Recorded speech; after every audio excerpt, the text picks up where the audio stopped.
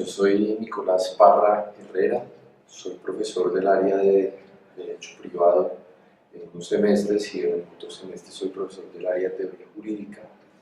Empecé dando introducción al derecho, después di lógica y retórica un par de semestres, luego di hermenéutica jurídica, obligaciones 2. El semestre pasado di teoría jurídica y este semestre estoy dando obligaciones 1. Yo por lo general fui muy feliz como estudiante. Me acuerdo mucho, digamos, la primera vez que di clase, una clase completa. Eso fue una clase con Rodolfo Arango.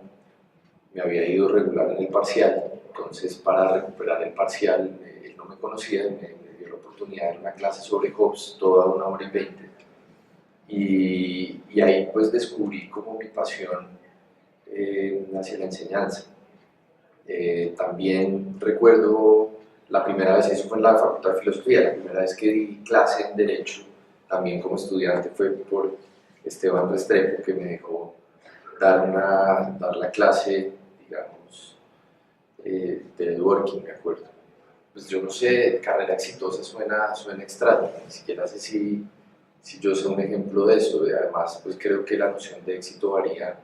respecto de todos nosotros.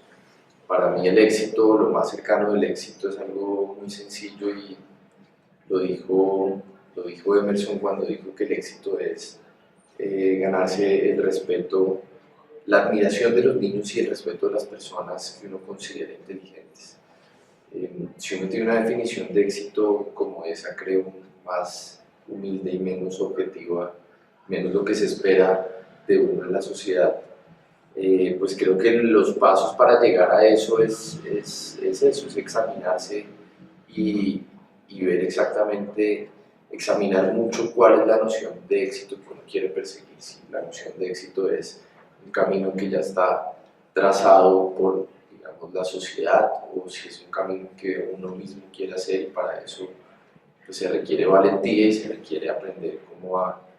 pensar por uno mismo y a desarrollar las categorías con las cuales uno mismo va a evaluar el éxito de su vida. Yo creo que cada vez que doy una clase nueva es un reto muy grande, porque cada vez que doy un curso nuevo me toca de alguna manera cambiar la forma como el estudiante espera aprender. Es distinto el estudiante que asiste a una clase del área de teoría jurídica, uno que asiste a una clase de derecho privado, esperan cosas distintas del profesor, entonces le toca a uno reinventarse un poco. Es como dar una obra de teatro en la cual uno tiene, digamos, un guión preestablecido y le toca de alguna manera improvisar en el camino. Improvisar en el buen sentido, ¿no? Improvisar más en términos de lo que yo llamaría como una improvisación al estilo del jazz,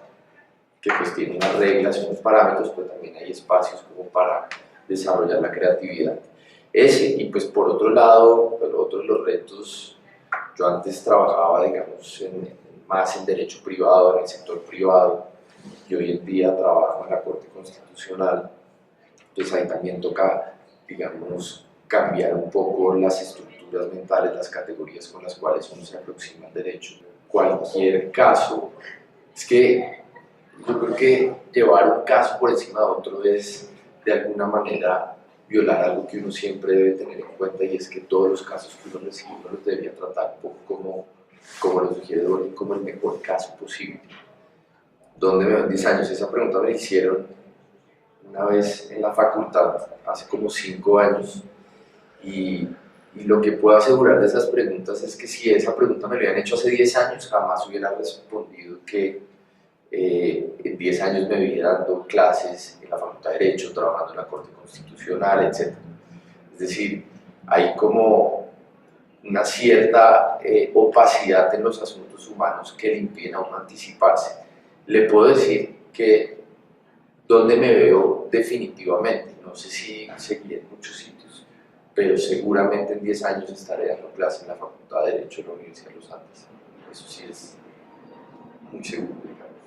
Es un estudiante que desarrolla, digamos, 3 o 4 rasgos éticos que yo pienso que son cruciales no solo para el ejercicio del derecho, sino en general como para para el desarrollo como ser humano. Uno de esos es un estudiante curioso, un estudiante que siempre está, digamos, cuestionando las cosas, indagando, que le gustan diferentes temas, que no solo se concentra en un tema específico. Ahorita un poco la sociedad nos lleva como a especializarnos mucho en un tema particular, pero creo que eso coarta un poco la curiosidad de los estudiantes. Por otro lado, y siempre lo digo en mis clases, es un estudiante falible.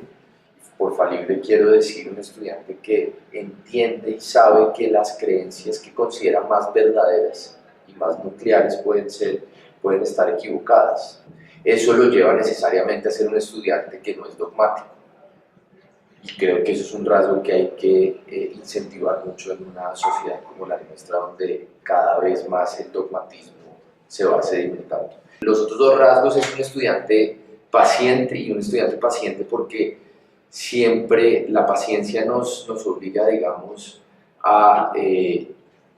cuando cambiamos, digamos, de las zonas de confort o de las rutinas, a veces nos frustramos porque las lecturas son difíciles, porque no entendemos el tema, etcétera, y esos cambios, si un estudiante no es paciente, pues lo pueden llevar como nuevamente a dejar de ser abierto frente a lo que se les está enseñando, y ese tipo de cosas. Y finalmente la coherencia, que yo creo que es pues el rasgo ético fundamental, porque uno siempre tiene que examinarse para que lo que uno cree y lo que uno hace sea coherente. Yo no sé si yo fui el estudiante ideal, pero sí creo que siempre he tratado de desarrollar esos 4 hábitos en mi vida, y no solo como estudiante, sino después, porque lo que les decía, no solo los considero fundamentales para el proceso educativo, sino creo que hacen parte como de una ética un poco más amplia. Bueno, el primero es, en la universidad uno tiene la posibilidad de salirse de la rutina en un espacio controlado y seguro. Y uno tiene que aprovechar eso, es decir, en la universidad uno tiene la posibilidad de ver otras materias, dialogar con personas que piensan muy distinto a uno, salirse de la rutina en general. Y creo que salirse de la rutina, y eso siempre lo digo en mis clases, termino mis clases con un texto de Cortázar que habla de subir las escaleras hacia atrás, que suena absurdo, pero lo que quiere decir Cortázar cuando uno sube las escaleras hacia atrás es: deje de ir siempre y pensar siempre como hacia el lugar de la zona de confort, hacia la casa, que uno está subiendo las escaleras y llega a la casa en el lugar donde uno se siente cómodo. Dese la vuelta y vea que hay un mundo que uno tenía ignorado, justamente por hacer las cosas como uno está acostumbrado a hacerlas de manera mecanizada. El otro un poco relacionado con eso es buscar siempre la forma de que, si hay algo que le apasiona a uno, que dialogar con otras miradas sobre eso que le apasiona a uno, porque a veces cuando uno, por ejemplo, uno como abogado, se mete en el derecho, se olvida de que hay otras miradas sobre el derecho que le muestran a uno los límites y las potencialidades del derecho, y también le enseñan a uno cómo ser un poco más humilde frente a lo que uno cree que sabe.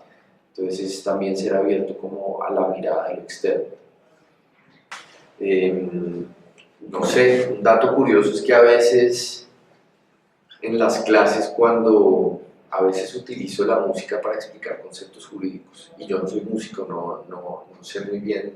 no conozco la teoría musical, pero creo que el jazz, por ejemplo, le enseña algo